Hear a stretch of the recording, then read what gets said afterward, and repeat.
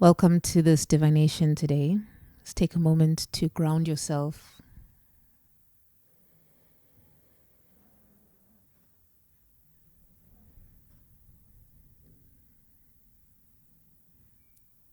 Observe your breathing.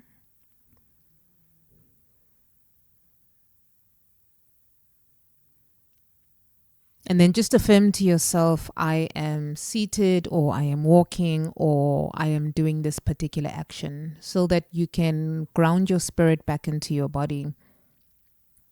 Because often we feel anxiety because we're chasing our spirit. We're chasing that which is inside of ourselves. That's why it says, seek ye first the kingdom and queendom of God. Seek it first so that you can move with it. I just have this image of like your spirit like ascending, and it's like, how can you align your spirit to your body, to your heart? It's not going to be by running and doing, but it's going to activate that energy by being here now. So I got a message for you, and it's a question. Your higher self is asking you, what if? What if it works out? What if it works out? Have you asked yourself that? What if it works out? Are you going to be bored? What if it working out bores you because all you've ever known as entertainment is chaos? Just what if? Ask yourself, I wonder, would I still need this character in my life if it all worked out? Who is that version of you, that this thing that you're chasing, this peace you're trying to have exists? Then what? Does it make you feel less than? Does it make you feel like you have to suffer more, or you haven't suffered enough? Just like your parents did, or those heroes that you look up to did, or your mentors or your siblings. Is it engraved in you to suffer? That your suffering means you are more significant? So what if you are in competition with how much suffering you can have? Just what if? Think about it. You go, what if I've been in competition of who can suffer the most? Because when I suffer the most, I please them the most. How dare you figure this out? Oh. What if this story you have is a lie? What if this life you're living is a lie? Just what if? What if it's a lie? What if you aren't living in your truth, and that is why you are suffering? And because the matrix, it serves them for you to consume that which they created so that they can benefit, and then they take away your pleasure. What if your pleasure has been taken away? Because every single time you get into relationship, you always think about, how can I please them? That's more at the forefront versus how can we please each other? Because I was going to say, how can they please me and how can I please them? And it moved into, how can we please each other? Because we're looking for pleasure. And pleasure comes in so many different ways. But if you, let's say romance, if your pleasure orientation and grounding and conditioning was rooted in corn, then that's really not the average, person's desire. They have different desires. And what if every single time you get into a situation where it's romance and it's time for intimacy, all you're doing is performing? So you're not even connecting with each other. It's like the weirdest thing. What if one of you or some of you need to just be celibate to understand what I mean with this?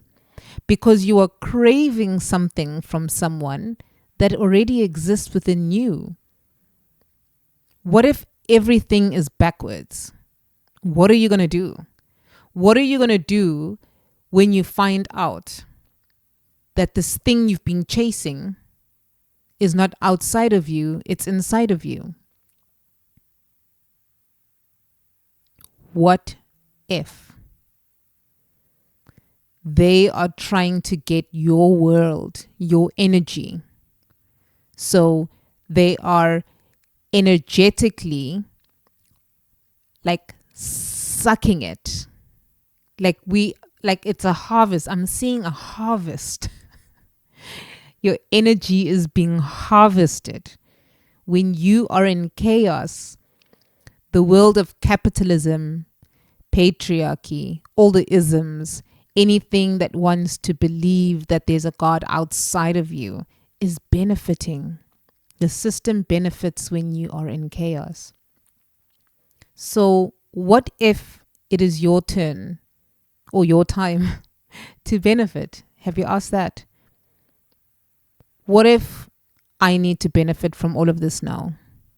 What actions are going to be different now? How are you going to see yourself differently? What if who you think you are is not? What are you going to do? What are you going to do when you find out this thing that has been the ultimate truth is not truth? What are you going to do?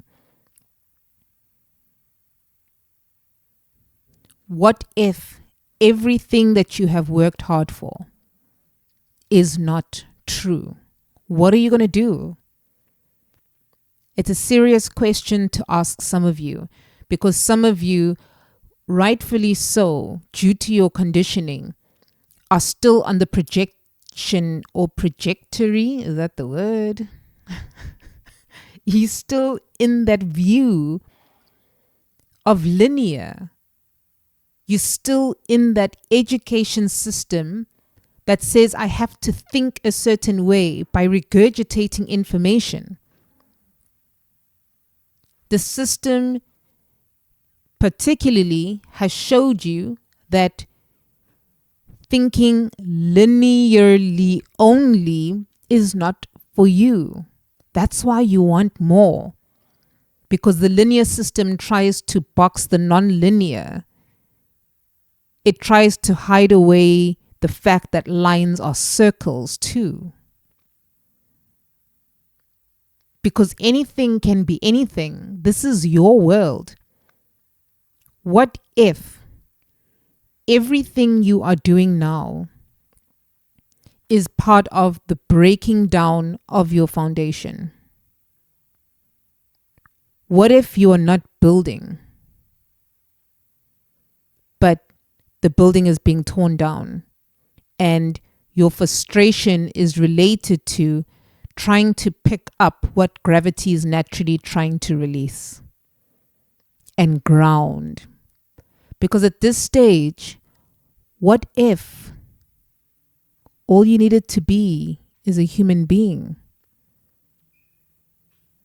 What if you don't need to do what you're doing? Have you asked yourself that question? Have you thought about that possibility? Because what are you going to do when your entire world shatters and you realize that there are other worlds available other than the one that you have come from, your family, immediate family, from your community? What if community is just a word to tie you down?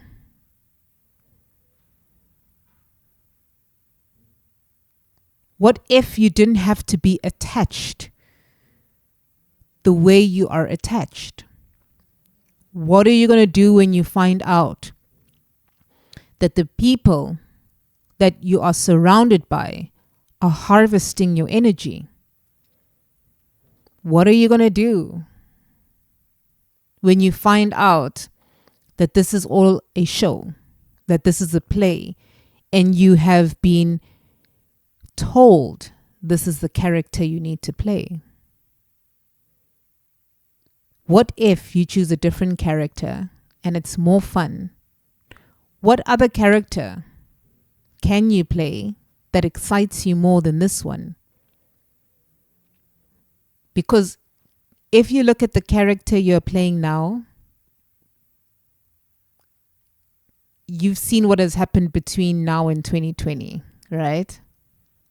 How we have moved many lifetimes. Now take that 5 years and project 20 years ahead and go, can I be surrounded by these people for the next 20 years?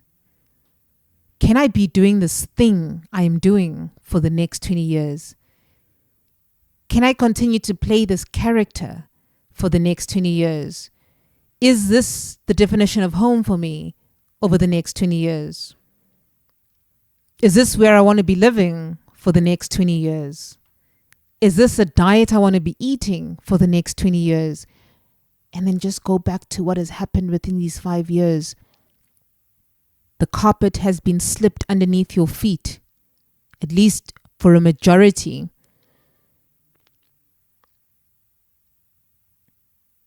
And the thing is, this is all about alignment.